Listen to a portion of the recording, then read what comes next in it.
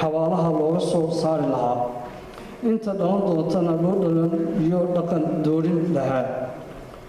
waxaan hadalkayga ku soo afjarayaa gobonnimo, xornimo, isku duubni inaynu helno haddii aynu nahay shacbiga Soomaaliyeed ee maanta dunida ku nool meel kastaba aynu joogno, gaar ahaan guud ahaan Soomaalidayna ku nool waddankan Belgium iyo nawaaxigeeda, waddanka Netherlands, Luxembourg, Benelux.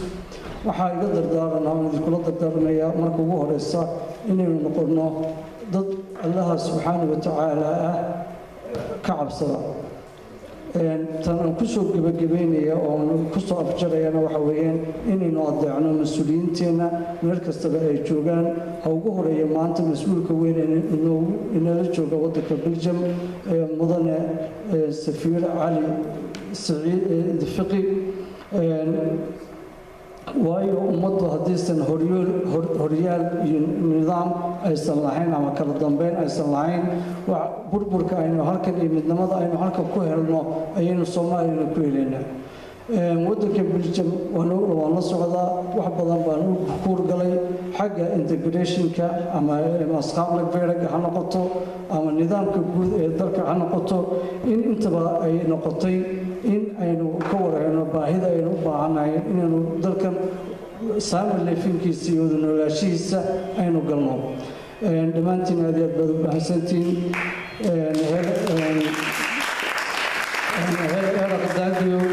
Dank friendly advocaat Alexander Lopek oo ah ik ben echt blij voor jouw komst en heel erg dank u vriendelijk en veel succes voor de samenwerking voor de Somali integration en vriendelijk zaak. Heel erg dank u.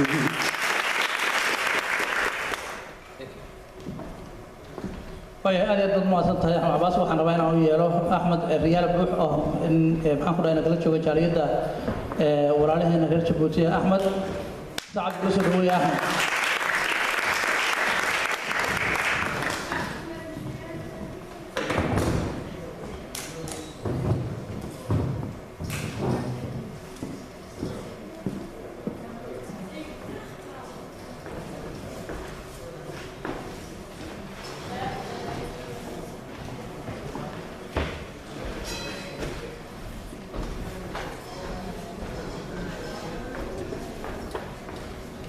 السلام الله عليكم جدا أنت بعد سلامتي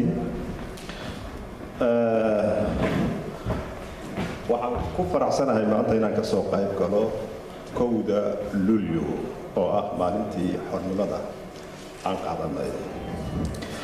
dadku kulli waxa la ii raaciyaa oo qofku asalka qabiil uu ka soo jeedo oo baa meel loogu laraa, laakiin aniga dhalashadaydu waa Soomaali.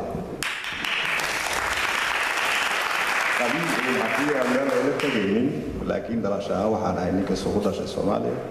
taasi waa taas. waxaas laakiin farxad weyn ah inaan ka soo qayb gala halkan. wax walbana waxay u baahan yihiin dadaal, taariikh. calankan aad arkaysaa waxa uu ku yimiday dadaal iyo hawl iyo naf go'day ayuu ku yimiday. naftaa go'day darteed baan maanta annagu u raaxaysanaynaa oo aan nabad ku joognay oo aan nabad ku soo caradhanay oo wax lagu soo bartay laguna soo kobcitay. imikana de meeshuu joog waa la ogyahay, meeshuu ahaana waa la ogyahay. waxaad dib u noolayn karaa dadkiisa, waxaad dib u hana qaadsiin karaa dadkiisa, wuxuuna ku hana qaadi karaa midnimo xooggan. tan afka una marka faqaraha la isugu yimaado intoo hees la qaado mid baan nahay la yidhaahdo tuka gadisa oo niyad ah oo xooggan oo karti leh, lana ixtiraamo qofka uu ka aqoon badan yahay ama uga waayo-aragyo badan yahay in la iska ixtiraamo si loo hana qaadsiiyo loo tallaabo qaado calanka. waxaan ognahay meel walba oo joogno waxa aan nahay hoos baan isku ognahay, si walba waan isku naqnaqaan, laakiin sida aan hadda u socsocono ee aan kuudadsanayno haddii aan ka tanaasuli weyno halkaa uu maanta taagan yahay uun ku taagnaan. wuxuu u baahan yahay calankani, wuxuu u baahan yahay rag, wuxuu u baahan yahay caqli, wuxuu u baahan yahay aqoon, wuxuu u ooman maanta dadkii Soomaalida ee Geeska Afrika ku noolaa oo dhan ayaa u ooman inuu sidiisii u soo noqdo oo u luga adkaado. waxaan aad ugu faraxsanahay maanta inaan ka soo qayb gala halkan walaalahayaga la wadaago ammaantiisa iyo heesiisana si fiican uga soo qayb galo. intaa oo yaan ku soo koobayaa fikirkayga kooban. wasalaamu calaykum.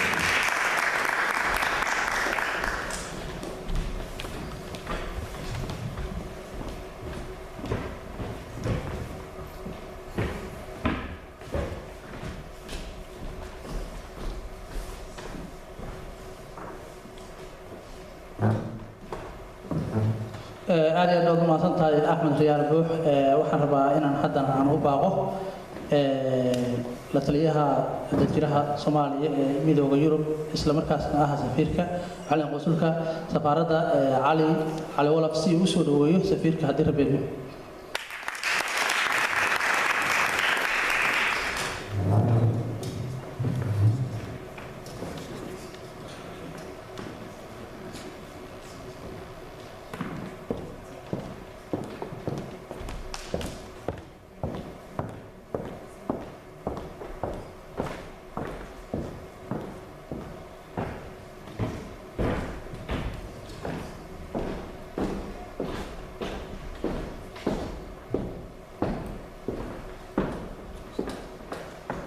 السلام عليكم ورحمة الله وبركاته.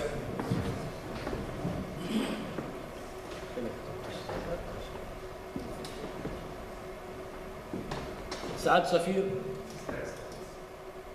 مدحدا meesha iskugu timid dumarka dhalinyarada iyo inta qaban qaabisay kulligii horta markuu ugu horeyso in mahad celinaya.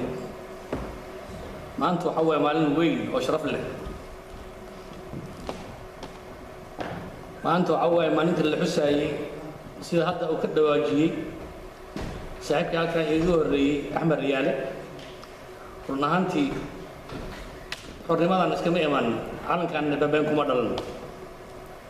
rag fara badan naftooda ku waayay, dumar fara badan yani naagnimadooda ama gabarnimadooda ku waayay, dad fara badan ayaa magaciisa muxuu ahaa caruurtoodii ku waayay, dumar fara badan ayaa asaay ku qaaday. marka si sahlan inaan yani xornimadaas iskaga dumino ama aan midnimadii shalay sidaan ahayn aan kusoo noqon weyno dan nooma aha. dadkana yani aan la tartamayno oo maanta asaageena ana dib aan uga dhacayna kulligeen. marka horta waxaan nagala baahan yahay marka ugu horeysa oo aan jeclahay inaan u sheego Soomaaliya haddii maanta yani dad meel iga fiirsanaya ay jiraan xataa yani warbaahinta in loo baahan yahay in waxyaabaha yaryar ee khilaafaadka ah oo naga dhaxeeya aan lagu bedelin waxyaabaha fara badan oo wadaagno haddii aan nahay ummadda Soomaaliyeed. ummadda Soomaaliyeed waxyaabo fara badan ayay ka midaysan yihiin oo aan la mid ahayn dowladaha kale ee dariskeenna ama xataa adduunyada haddii loo fiiriyo. marka khilaafaadkan yaryar haddaan iloobin Soomaaliya meel kale ma jirto. waxaa loo baahan yahay xornimada aan maanta waalidkeen oo soo dhiciyey haddii aan nahay ummadda Soomaaliyeed dadka hadda jooga inay caruurtooda gaarsiiyaan iyo caruurtooda caruurtay sii dhalan. annaga waa tegaynaa laakiin dalkan oo aan maanta ku abtirsanayno Soomaaliya waa inaan midnimadiisii iyo muxuu ahaa isheeg qarannimadiisii inaan annaga adkayno. marka kulli hadalka kuma sii dheeraanayo. maanta waxa waaye maalin weyn oo sharaf leh. 57 sannadood ayaa ka soo wareegatay maanta halka aan joogno meel ka sii fog inaan gaarnay ahayd. hadalka waxaan u hambaynayaa safiirka Jamhuuriyadda Federaalka ee Soomaaliya ee noo fadhiya Benelux iyo wadamada Yurub mudane Cali Saciid Faqi. waxaan jeclahay oo kale inaan u hambaliyeeyo ummadda Soomaaliyeed ee dibadda ku nool oo badankood taariikhda ay dhasheen ay ku aadan tahay maanta oo ah 1 Luulyo. marka waxaan leeyahay mudane safiir hadalka anaan kuu soo gudbinayaa marka waxaan ku leeyahay soo dhawow mikrafoonka.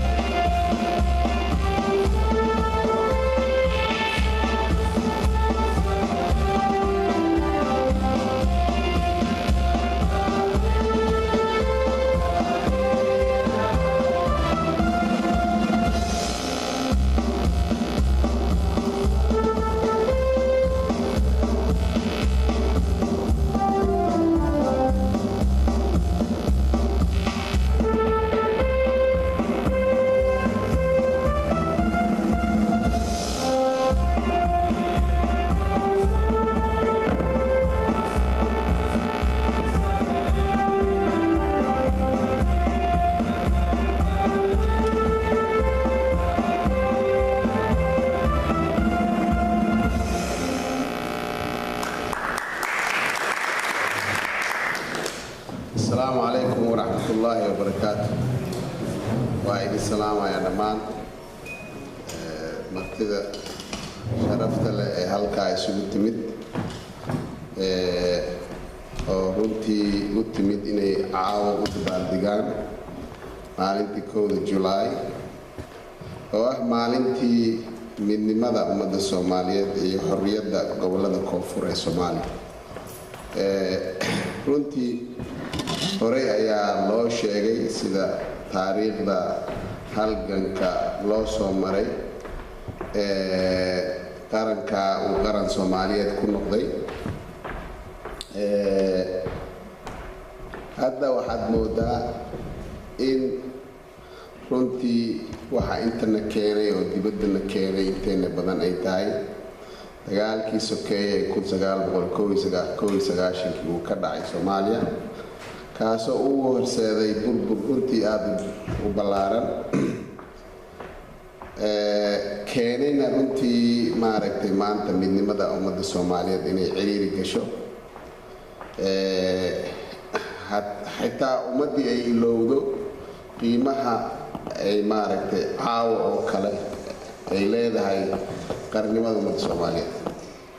aniga shakhsiyan ma jiri lahayn kulligiina ma jiri lahayn waxaan u maleynayaa haddii qarankaas uusan jiri lahayn. qarankaas markaad eegtid qaaradiis markaad eegtid si u yaal markaad eegtid waa dhul aad u ballaaran oo runtii barwaaqo xadaaf ka buuxda dadka ku noolna ay yihiin markii qabyaaladda laga saaro dad badanaa dad wada dhashay oo isku afkii ay yihiin lahjado yaryar in lagu kala duwan yahay moogiye meel deegaanada maaragtay lagu kala fog yahay laakiin waxaad arkaysaa ummaddii runtii aad inay u kala fogaatay. taana waxaan qiyaasayaa inay tahay biseel la'aan inay tahay runtii Soomaalidu inay yihiin dad maaragtay waddankooda hortii calankooda way jecel yihiin laakiin shakhsiga kale Soomaaliga oo dariska ah ma jeclo wax aan qiimo lahayn ayay isku haysataa. markaad fiirisid Soomaaliya nasiib darrada ku dhacday wax kale ma aha strategically meeshay ku taala ayaa ilaahay dhibaatadaas maaragtay khayraadkaaga markuu bato strategical meel fiican ay ku taalo waxaad dhici kartaa in adiga wixii khayr ilaah ku siiyay shar noqdaan. horta taabaa shar ka dhigtay. Soomaaliya waxay ku taala waxay isku xirtaa Afrika iyo wadamada Carabta position strategic oo muhiim ah ay ku taala. waa wadan sidaan sheegay ummadii oo dhan haddaad fiiriso ninka Soomaaliga jidka markuu marayo aragtid waxaa arkaysaa inuu Soomaaliya horad ka garanaysa meel kasta uu joogo wadan kasta uu joogo adduunyada qofka labada qof Soomaali hadday is arkaan assalaamu calaykum isdhahaan ma waryaa isdhahaan isla markii way garanayaan inay dad runtii ay yihiin dad walaalo ah laakiin waxaa runtii mid ka taagan yahay sidee baa wadankaa loo midayn karaa dadkii waxaad moodaa gaar ahaan dadka dibadda ku nool jaaliyadaha dibadda ku nool caruurtooda intay soo kaxaysteen nabad ay ku nool yihiin waxay raadinayaan dowlad maaragtay oo iiga siday rabaan noqoto horta qof walba dowlad nin baa madax ka noqonaya ama group baa madax ka noqonaya waxay tahay dimuqraadiyadna waxay dhigaysaa 4 sanoba ama anaga 4 sano qaar waxay leeyihiin 5 sanoba in dowlad cusub la doorto dowladdiina in lagu loo dhaafo inay wadan ka taliso nasiib wanaag 8 February ee sanadkan waxaa la doortay nin Soomaali oo aad u qiimo badan oo la yiraahdo Maxamed Farmaajo oo runtii aad u qalbi fiican oo Soomaalinimadiisa ka hadal aan jirin qalbigiisa damacsan wadankaas inuu wax ka qabto wax weyn ka qabto Soomaali arrinta ma sahlano madaxweynihii howl fiican buu qabtay dowladdii wuxuu magacaabay ra'iisul wasaare runtii aad maaragtay u shaqo badan dowladdii waxay doonaysaa in ummaddii ay u keento nabad in ciidamadii la dhiso in maaragtay wadankii cadaalad loo suubiyo in dastuurkii la dhammaystiro in dowladdii federaaliga ah federationka inta ka dhimanna maaragtay in lasii dhammaystiro